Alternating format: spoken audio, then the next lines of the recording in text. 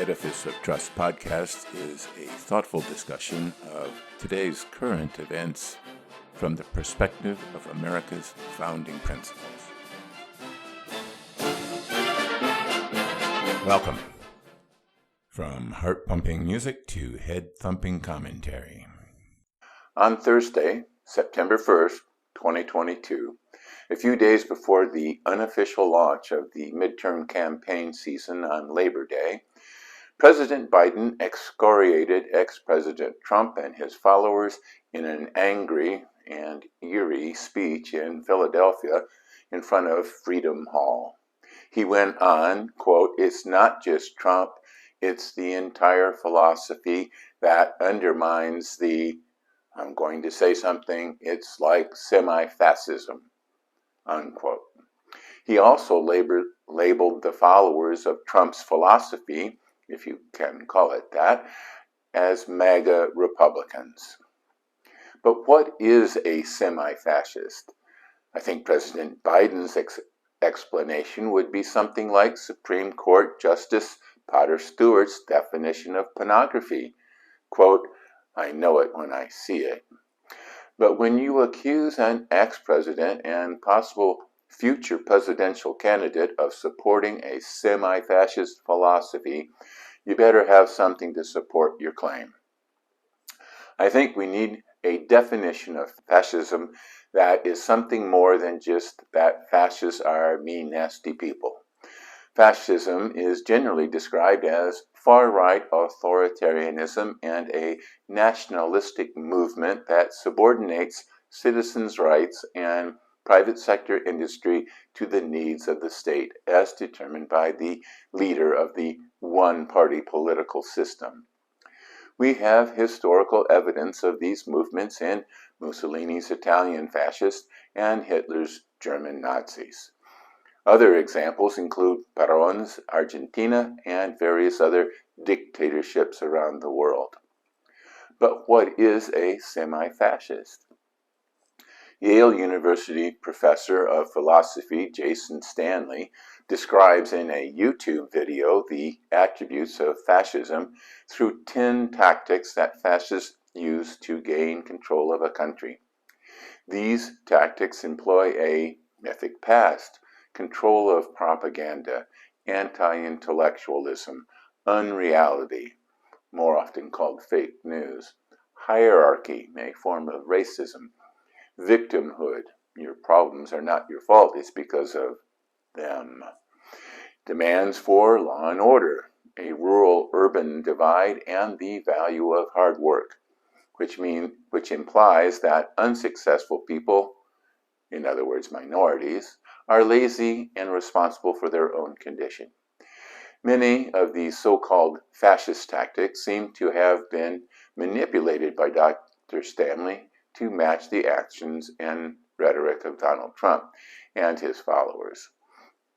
Presumably, a semi-fascist would employ some, but not all of these tactics in attempting to gain power. But many of these tactics are distortions of what many people consider as positive aspects of society.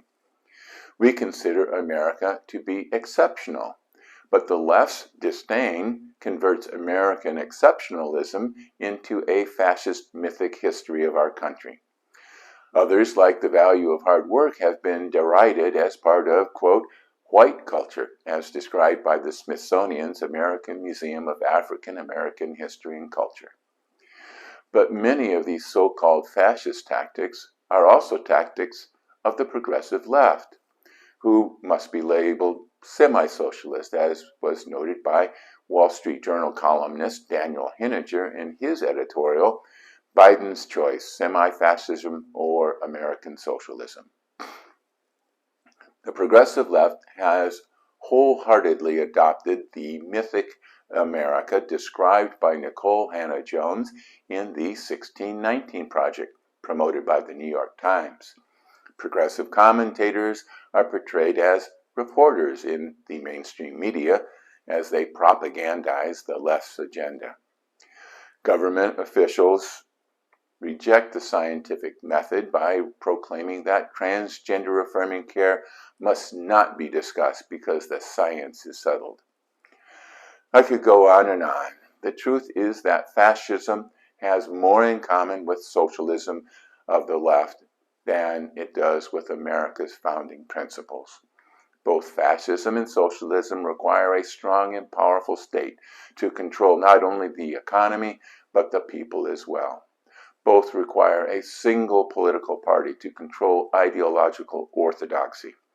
Both use the same tactics described by Dr. Stanley to achieve their goals. Both tend toward a single powerful leader, such as Hitler, Mussolini, or Stalin. More recently, Mao, Perón, Hugo Chavez, and Kim Jong-un. Xi Jinping now appears to be readying his place as president for life in communist China. Donald Trump might plausibly be considered to fit that role, but Joe Biden comes up short, but not for the dint of trying. Semi-fascist or semi-socialist, America needs a better future than these two alternatives. Ponder that while you watch a brief message. Don't forget that my Edifice of Trust books, Principled Policy, Edifice of Trust 2nd edition, In Defense of Principle, and The People's God are available on Amazon, Barnes & Noble, and iBooks. Thank you.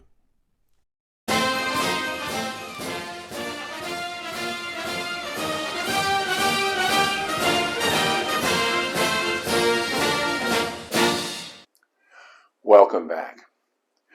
The progressive left asserts that their policies are designed to increase democracy in America, while those of the MAGA-Republicans are designed to destroy that democracy. But democracy, pure democracy, is not all it's cracked up to be. Throughout history, democracies have briefly flourished, only to degenerate into autocracy under the sway of populist demagogues. Hitler, Mussolini, Perón, and Chavez were all elected democratically before launching their plan to seize power. The founders recognized this fatal weakness of democracy and set about to create a republic, as noted by Ben Franklin, that could avoid the pitfalls of popular democracy. They created the famous checks and balances that can thwart the accumulation of government power as well as the vagaries of popular opinion. The bicameral legislature, the staggered terms of office, the lifetime appointment of federal judges, the electoral college, most importantly, the limitation of the powers of the federal government to only those designated by the Constitution, reserving any remaining powers to the states or the people. It is these checks, not only on the power of government, but also on the popular will, that have preserved the American Republic for over 230 years. It is a republic not only of limited government, but also limited democracy. What were the first things these democratically elected populists do once in power? Change the Constitution, pack the courts, create special rights for favored groups, and eliminate any institution that had any possibility of checking their grip on power. Our faith in democracy has led us to believe that the more democracy, the better. But in making a cake, you need to have the ingredients in their proper proportion. Too much of any one ingredient, such as sugar, will not make the cake better, but will make it inedible. Democracy is an important ingredient of American society, but it is only one ingredient, and it needs to be included in our recipe for a successful republic in its proper proportion. Ending voting restrictions on men lacking property, black men, and eventually women was an appropriate expansion of democracy that improved our social recipe. The use of primary elections to pick candidates for office was considered an expansion of democracy, but it has led to the current bitter divisiveness that afflicts politics in the 21st century. Being opposed to the unlimited expansion of democracy does not make you a fascist or even a semi-fascist. It makes you a realist. Daniel Kahneman, Amos Tversky, Jonathan Haidt, and many others have shown that many, if not most of our economic and political decisions are governed by the instinctual and emotional parts of our brain and not our rational frontal lobes. The checks and balances created by the founders are intended to slow down instinctual and emotional reactions to current events and to allow time for our rational frontal lobes to at least take part in the democratic process. And the founders had not even read Kahneman or the others. Thanks for watching this video.